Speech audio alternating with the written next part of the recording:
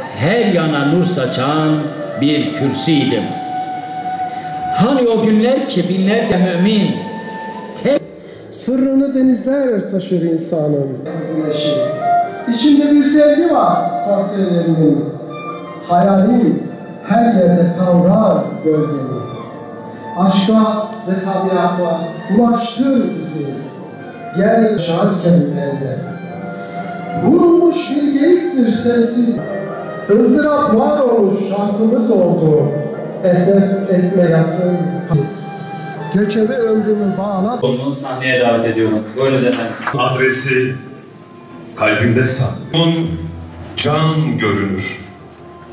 Kuşlarımıza, tüm STK'larımıza son...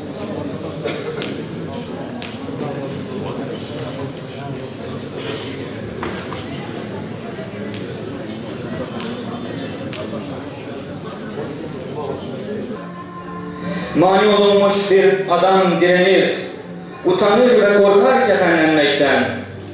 Zamanımı çalan bir kara ekmek durur yüreğimde. Şairimiz, eğitimci yazar Mehmet Akif İnan'ın ölümünün 20. yıl dönümünde anma programı kapsamında almış bulunmaktayım. Önceden planladığım çalışma programımız nedeniyle aranızda olamayacağımı üzülerek belirtmek isterim. Bu münasebetle Sayın İbrahim Coşkun'un konuşmaları, yazarımız Sayın Seyit Ahmet Kaya'nın klasik şiirin modern şiire dönüşen hali Mehmet Akif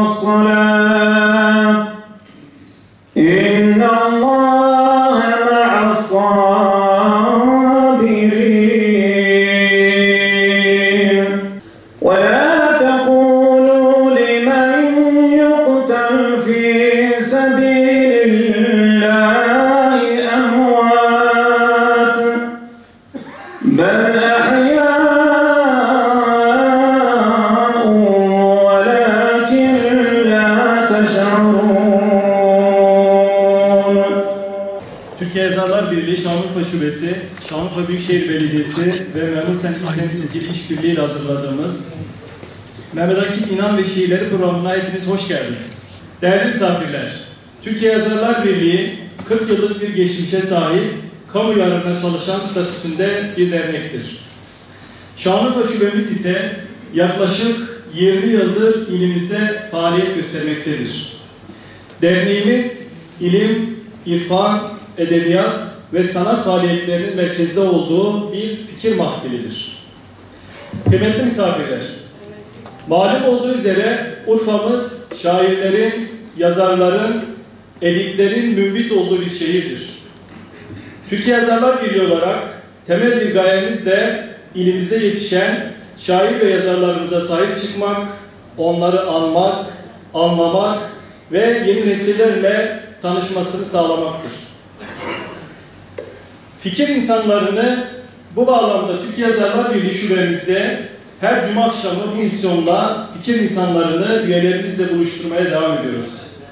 Diğer yandan ise vefat etmiş şair ve yazarlarımıza anma programları tertip ediyoruz.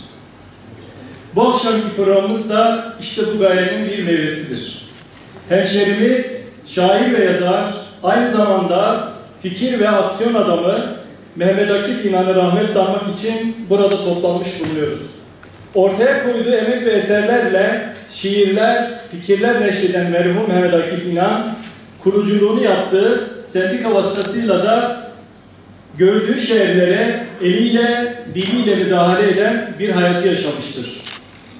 7 güzel insan arasında kabul eden merhuma Allah'tan rahmet ve mağfiretler diliyorum. Şair, yazar, 7 güzel adamdan biri yaşadığı dönemde çevresindeki insanların dostu, arkadaşı, ağabeyi veya öğretmeni asla vazgeçemeyerek bir ömür mücadelesinin verdiği idealleri, bilgisi, kültürü, hatipliği, heyecanı, öfkesi, örgütçülüğü eylemciliğiyle tam bir dava adamı olan, sendikacılığa yeni bir soluk getiren kurucu Genel Başkanımız, hemşehrimiz Mehmet Akif İnan'ı vefatının 20. yılında rahmet, hürmet ve özlemle anıyoruz. Akif İnan, yazarlığı, hatipliği, öğretmenliği, köklü tarihi, fikri, sanatsal kavrayışı, yabancılaşmayla ve vesayet düzeniyle hesaplaşması, eylemci yönü, son olarak da bütün bunları meclis ettiği sendikal faaliyetiyle sorumlu sahici bir münevverdir. Bir şairi çağdaşları arasında öğren çıkaran şey nedir? Büyük şiir nedir ve nasıl oluşur? Sanırım bu sorunun cevabına birçok seferden bakma imkanı olabilir. Ama esas itibariyle büyük şair, herkesin gittiği yoldan gidenlerin tersine şiire yenilik getirme çabasında olmakla oluşabilir. Ancak bu zihniyette olanlar büyük şair olabilirler diye düşünüyorum. Zira bugüne kadar öne çıkan büyük şairlerin de bu yoldan giderek edebiyat çevrelerinde, edebiyat tarihinde kendilerine haklı bir yer edindiklerini görüyoruz. Dedim, varamadım, bir kararda duramadım, ben kendini aramadım, yazık bana, vahlar bana. Devleşen içimin tedirginliği beslenir kudret sancılarında. Bir kara duvardır gök çadırları, baharlar zulmetle kol kola gelir. Bu yılan caddeler zehirli vitrin, dolaşır kanında bir ifrit gibi. Nefsinin sırçası dolanır elde, ne kırarım onu, ne de vururum. Köprüsü atılan minnilerimle yıkıntılardayım, tuzaklardayım. Hangi rüyalardır sığınağımız? Hangi köpüklere binmeli ruhum? Sesini biçen paslı dehlizden nasıl kurtarmalı damarlarını? Bir eteği tutmaz isem, köle canı satmaz isem, teneşirde yatmaz isem, yazık bana, vahlar bana. Toprağa konuk olanı gölgem, göklerin gözleri üzerindedir. Buzul yangınlardan alıp kalbimi, bağladın alnının emziklerine. Bir nazarla kırdın küreklerimi, buhar kıldın nefsin denizlerini. Yollayarak hikmet kervanlarını, donattın gönlümün mükkanlarını. Aşıladın Cibril emanetinden bu hantal aklımın kanatlarına, sesindir büyüten gözyaşlarından umudun bembeyaz türkülerini. Sohbetin bir rahmet bulutu gibi iner hasretimin tarlalarına. Kazıdığın putların sikkelerini, şimdi her yan celal levhalarıdır. Sesinin yankısı dinmez içimden, eş olmuş kalbimin atışlarına. Arkanda yürüdüm, gözlerim yerde, sonsuz bir telaşla, titrek ve ürkek, nispet kokun gezer yer tahtında, zemzemle yıkanmış şehirlerdeyim.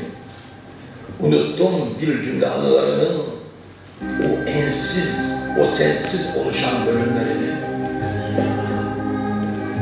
Her avuç su senin çağlayanından ve her lokma senle bereketlenir.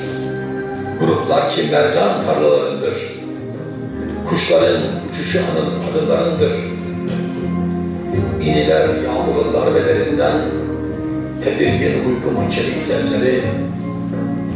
Yücelerden, yücelerden, gündüzlerden, gecelerden, sessiz dilsiz hecelerden, sütler sağar gönlümüze, kelam yağar gönlümüze, ışık ağar gönlümüze.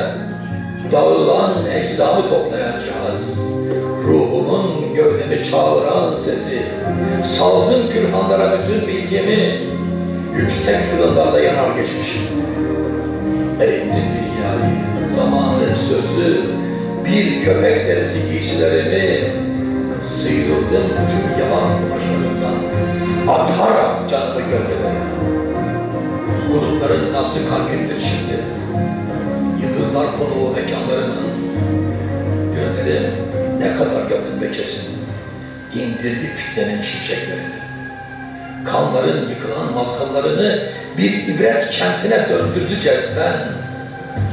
Açarak bir çiçek denizi gibi can üfledin çorak alanlarına. Gök ne tek, gök ne tek ve tenha bir ömür olmuş.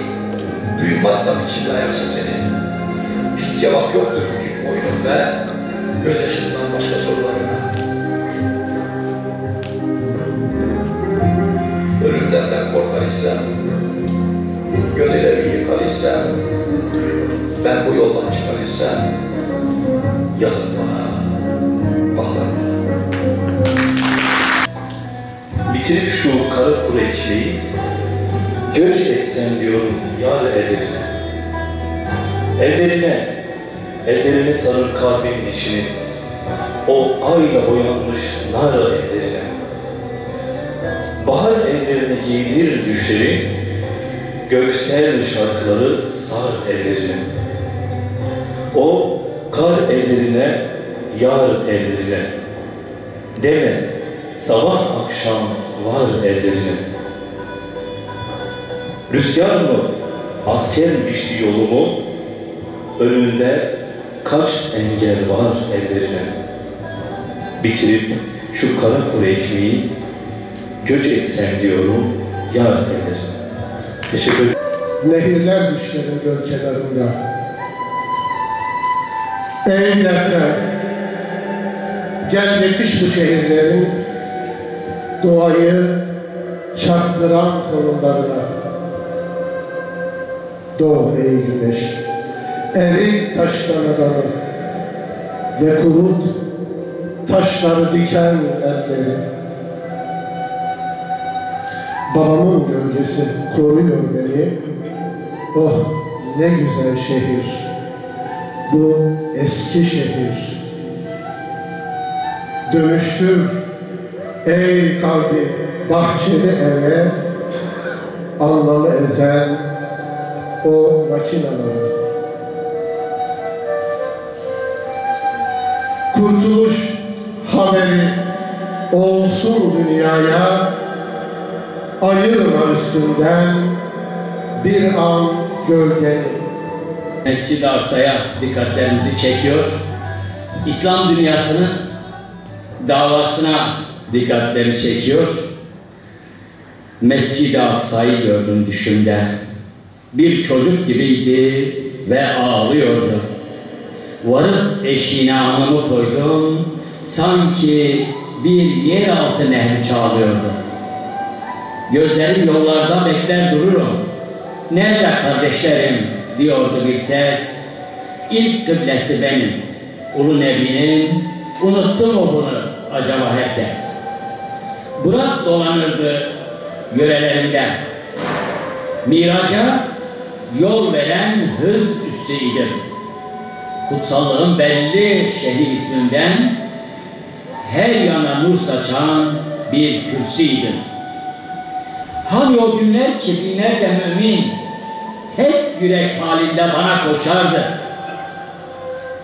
Hemşehrim nebiler hatırı için cevaba erişen dualar vardı. Şimdi kimsecikler varmaz yanıma. Müminden yoksunum, tek ve tenhayım. Rüzgarlar silemez gözyaşlarımı. Çöllerde kayıp, bir yetim vahayım. Mescid-i Aksa'yı gördüm düşümde. Götür Müslümana selam diyordu. Dayanamıyorum bu ayrılığa. Kucaklasın beni İslam diyor.